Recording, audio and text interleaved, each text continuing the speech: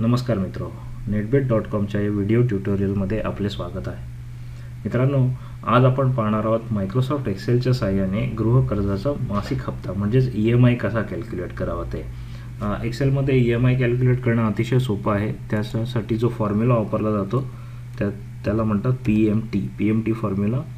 PMT फॉर्म्युलामध्ये आपल्याला 5 inputs विचारले जातात: रेट, एनपर, PV, FV आणि टाईप. तर हा फॉर्म्युला वापरण्याच्या आधी हे इनपुट्स काय आहेत ते आपण पाहून घेऊया.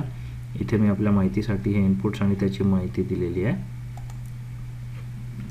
पहिला इनपुट आहे रेट. रेट म्हणजे व्याजदर.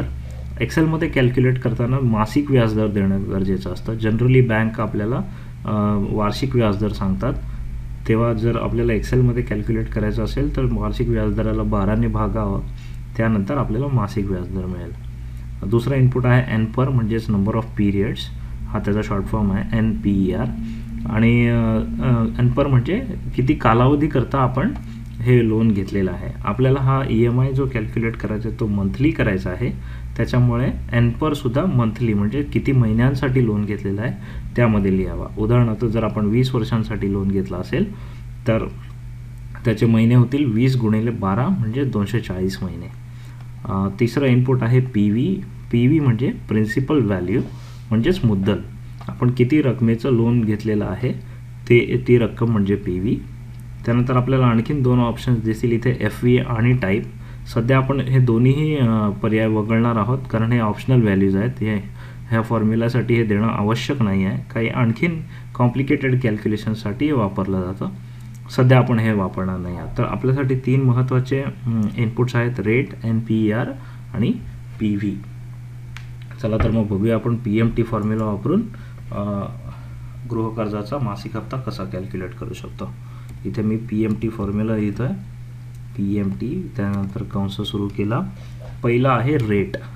समजा 11% मासिक 11% वार्षिक दराने मी लोन घेतलेलं आहे. 11% इथे मी लिहिलेलं आहे. हे टक्केवारीचं चिन्ह लिहिणं महत्त्वाचं आहे. त्याला मी 12ने भागितलं म्हणजे आपल्याला मासिक व्याजदर मिळेल. त्यानंतर स्वल्पविराम. पुढचं इनपुट आहे एनपर म्हणजे किती महिने. समजा 20 वर्ष म्हणजेच 240 महिन्यांसाठी हे लोन आपण घेतलेलं आहे, म्हणून पुन्हा कॉमा. आणि त्यानंतर आपण लिहायचं आहे की किती रकमेचं हे लोन होतं. समजा हे लोन आहे 20 लाख. समजा हे 20 लाखासाठीचं लोन आपण घेतलेलं आहे. हे 3 महत्त्वाचे इनपुट्स दिल्यानंतर आपण ब्रॅकेट कंप्लीट करून एंटर क्लिक करूया. हे बघा, इथे आपल्याला दाखवण्यात आलेलं आहे $20,643 असा EMI. यापैकी आता डॉलर साईन सध्या आपण दुर्लक्ष करूया त्याकडे, कारण या कम्प्युटरच्या सेटिंगमध्ये मूळ चलन जे वापरलं जातं त्यासाठी डॉलर वापरलं जाते. परंतु जर 20 लाख ही रक्कम जेव्हा आपण लिहिली ती रुपयांमध्ये असेल तर हा EMI देखील रुपयांमध्ये आहे असे आपण समजून चालूया. तर 20 लाख रुपयाचं लोन जर आपण 20 वर्षासाठी घेतलं 11% व्याजदराने तर आपला मासिक EMI असेल $20,643.77. आपण आणखीन एक उदाहरण बघूया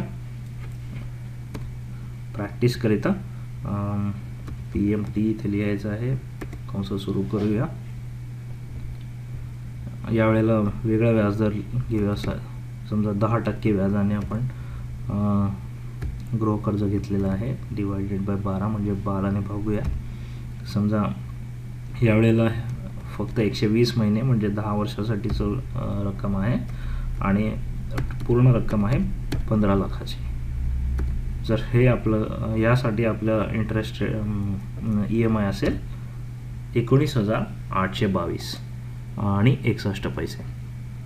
तर मित्रांनो, PMT हे अतिशय सोपं फंक्शन वापरून आपण आता स्वतः गृहकर्जाचा किंवा इतर कोणत्याही कर्जासाठी हे वापरलं जाईल. मासिक EMI कसा कॅल्क्युलेट होतो ते आपल्याला कळेल. हे ट्युटोरियल आपल्याला आवडलं असेल आणि उपयुक्त ठरलं असेल अशी मला खात्री आहे. अशाच अनेक एक्सेल ट्युटोरियलसाठी बघा नेटबेट TV आमच्या YouTube चॅनलला जरूर सबस्क्राईब करा. धन्यवाद.